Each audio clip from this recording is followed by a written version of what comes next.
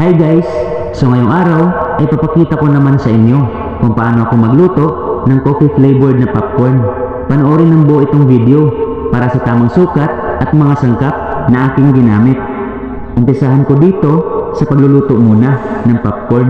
Sa mainit na kaldero, maglagay ng sapat na daming mantika. Nasa almost 1/3 cup ito para maayos ang pagputok ng mga butil at hindi masusunog. Takpan at alugin ito para halong-halo ang mainit na mantika sa ating popcorn. Hintayin na magsiputukan ito at kapag wala ng mga puputok ay okay na. Tanggalin sa apoy at itabi muna.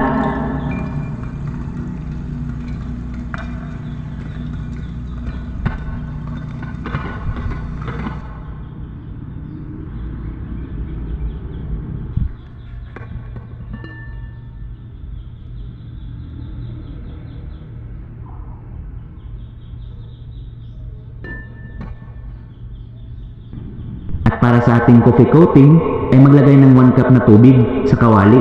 Lagyan ng 3/4 cup na asukal. Lagyan din ng konting asin para pandagdag sa lasa.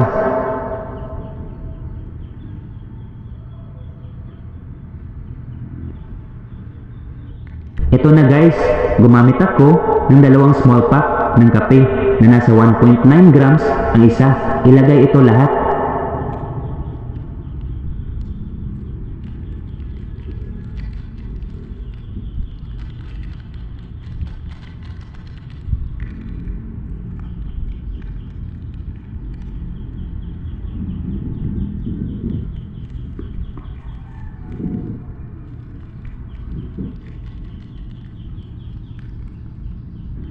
Maglagay din tayo ng kalahating small pack ng Bear Brand powdered milk na nasa 33 grams pero kalahati lang ang ilagay.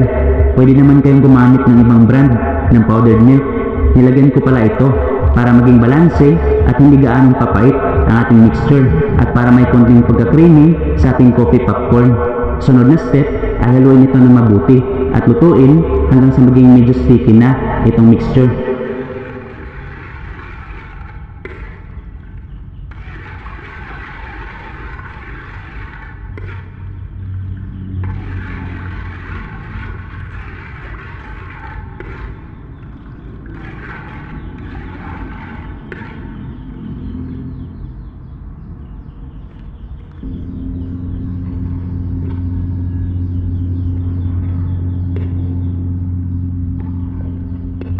Ganitong consistency ng mixture ang kailangan natin na makuha. Tanggalin muna ito sa apoy at ilagay dito ang mga nalutong popcorn. Haluin ng mabuti.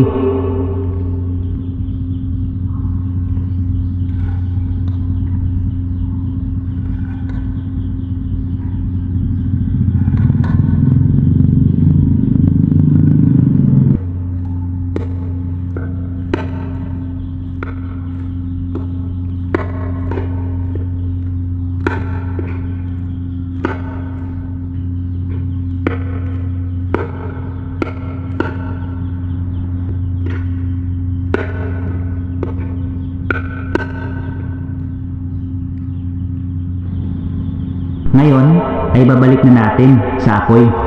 Kontrolin dapat ang init para hindi ito masunog. Haluin ulit ng mabuti.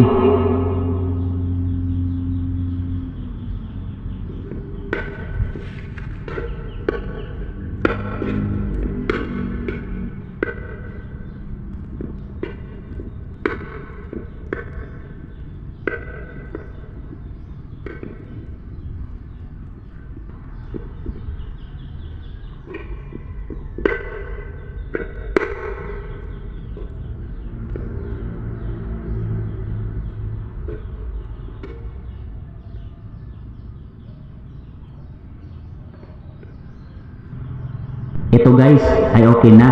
Ilagay na ito sa lalagyan.